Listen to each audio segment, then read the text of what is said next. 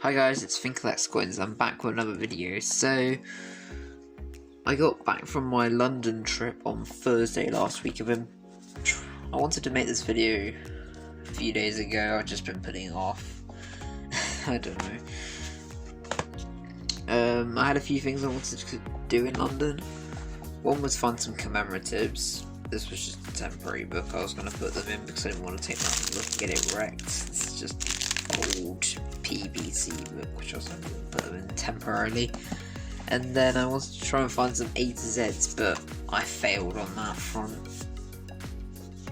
I kept on forgetting to get coins out in the banks that I went to. I did ask about some old coins, but they didn't really have any. Some banks didn't even have any cash at all, no notes, no coins. I went to Madame Tussauds and they had some Marvel sort of tokens. They all have the same packing, but they were pretty cool. They were like $2.50 each, so I ended up spending £10. I would have ended up spending $25 if I got all the Star Wars ones as well. Yeah. And then I went to the Harry Potter Studios, did the passport, which was just, it was the same as the one I did 4 years ago, long before I started the channel.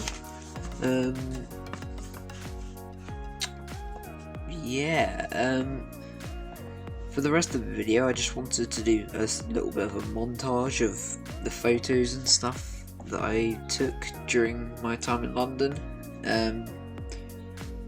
There was another task I wanted to do, which was try and get a picture of some of the Paddingtons outside of the places that they're on the coins with. I sort of failed on that front because my phone really didn't want to focus. Like, it would focus on the place itself but not the coins, so I'll just edit them in. And I didn't even manage to get a picture of all of the places, so that was a failure. Not this time round. Oh yeah, I also had one more thing I wanted to show you. I moved it for some reason. Squished penny book. Yeah, here's my penny collection. I just got some of the foreign ones on that side, and then these are the UK ones. So I managed to get one at the London Eye, one at Madame Tussauds, and then I got one at the Natural History Museum.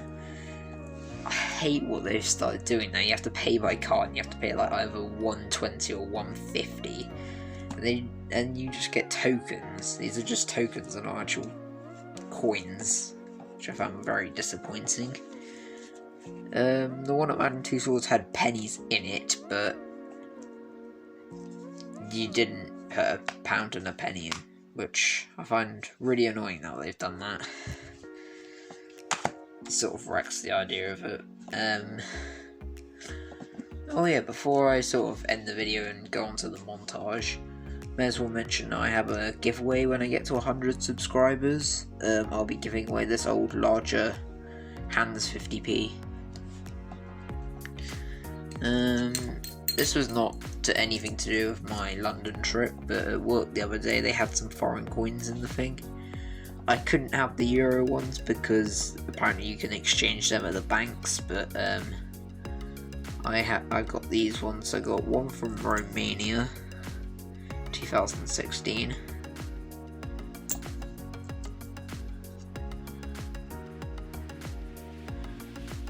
One from oh, this will be Poland, I think. Polish, 2013, and then Polish one from 2005. Yeah, I'll probably put them in my bag of coins to go for on a world coin hunt. That's what I'll probably do. I've also started making up a year set of coins from the year I was born.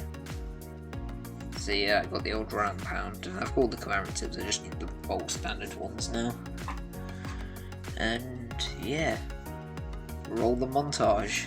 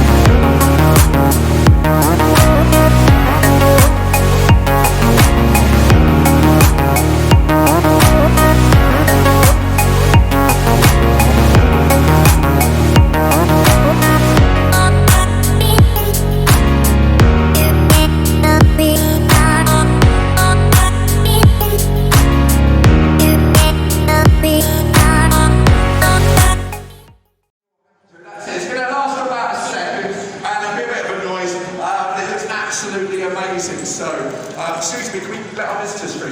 Yeah, review this well for me. Thank you very much. That's it. That's it. Go on, put yourself in. So, are you ready? And on 3, 2, 1. That's pretty cool, isn't it? Yeah, so imagine all the tables that are set up like that. That was done for real. It's a special effect. So when you watch the final film, you'll see all the people go up. That's real. And then when Fred and George come in, that was on a green screen. That's what we call a visual effect as well. So thank you very much. Next to me we have Dolores Jane Umbridge, not the world's most liked of characters, played by the wonderful Imelda Staunton. They went into a little bit of a secret. She gets pinker as the story goes along. She starts off a pastel shade and she gets more powerful within Hogwarts and the Ministry of Magic. She gets pinker and pinker and pinker. It's a little trick they often use in films to use colour and things like that in the costume. Much more liked characters, Rubeus Hagrid, played by Robbie Coltrane. I'm just over 6 foot like Robbie. We're not tall enough to play a half giant, so this costume was worn by his scale double. And that was none other than 6'10", former rugby international Martin Bayfield. And even he needed lifts in his shoes to make him a bit taller and to look like Robbie, or huge animatronic head. You'll see that later. Now our time here is coming to an end. A little bit of business to let you know. If you have a green lanyard on the digital guide, your tour starts at number 1, just through that archway. If you have an orange studio tour passport, that's the Potter has over here, then there are 16 stitches to find. Your first one is above the arch, all the others are outside. Your first stamp will be in the Gryffindor common room. That's in 10 minutes. And if you missed out on a passport, we should have some nearby there as well. Whatever you choose to do during Magical Mystery though, have an amazing day on your behind-the-scenes tour on the most magical film series in the world. Thank you very much.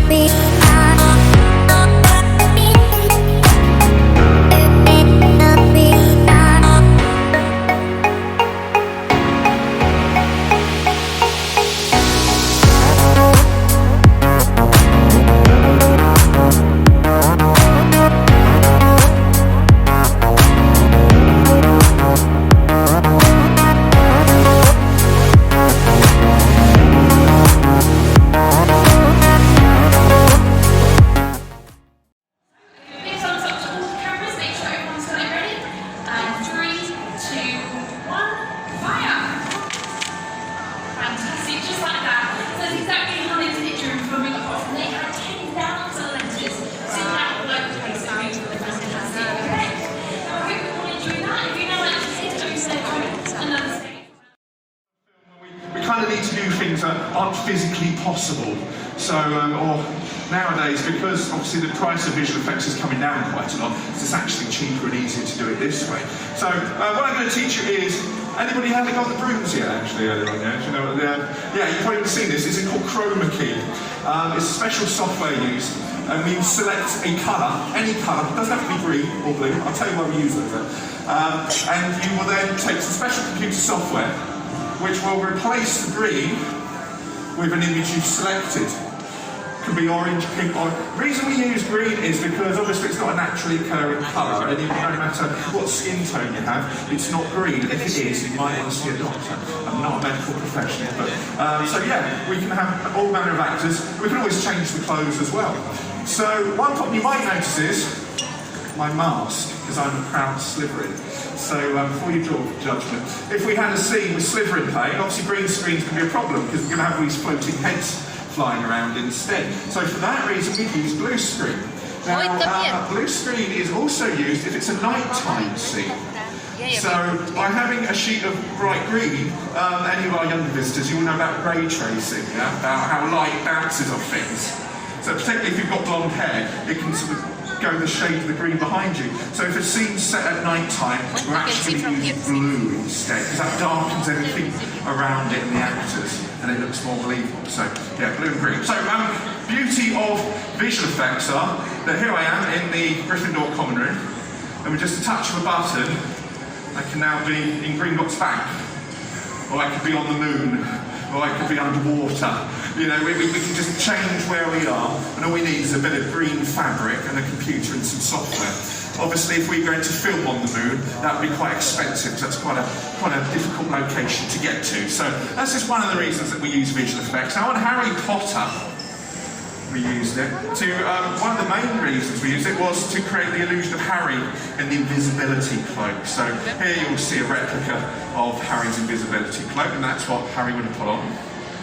And this is what they would have filmed Daniel Radcliffe basically in front of a green screen. And of course, what do we know about the green? Anything that's green disappears on camera. So then what we do is we add the background on. And so now it's like, come on, Ron, come on, Hermione, let's go do something really, really ultra dangerous. Okay, I'll just pop my cloak on. Now, if we turn it inside out, the computer's selected everything that's green is replaced by the background. So that's basically how we did it. So now you see this very creepy, weird, middle-aged floating head moving around. So that's basically one of the uses for green screen on films, a visual effect. For our younger visitors, I mean, your computer now can do things that cost millions of pounds in the 80s and things like that to do. So if you're interested in visual effects and all that, you could be the next Emma Norton or something like that who worked on Potter in charge of visual effects. And one last little thing to let you know. Do you remember that scene actually where Harry was invisible going through the library? Does anyone know where that library scene was filmed? Yeah. Yeah? Whereabouts? Bodleian Library in Oxford, yeah. So Daniel Radcliffe had a little candle in there, and actually had to drop at one point. There are some of the most expensive, valuable books in the country held in that museum. The production had to get special permission from Oxford University because Daniel Radcliffe, believe it or not, was the first person in about 400 or 500 years, something ridiculous like that, to actually have a lit flame inside the Bodleian Library. So it's just a little thing to leave you to. An 11-year-old with a naked flame, what could possibly go wrong? Fortunately, nothing. So that concludes our special effects and visual effects demonstration. The next part of the talk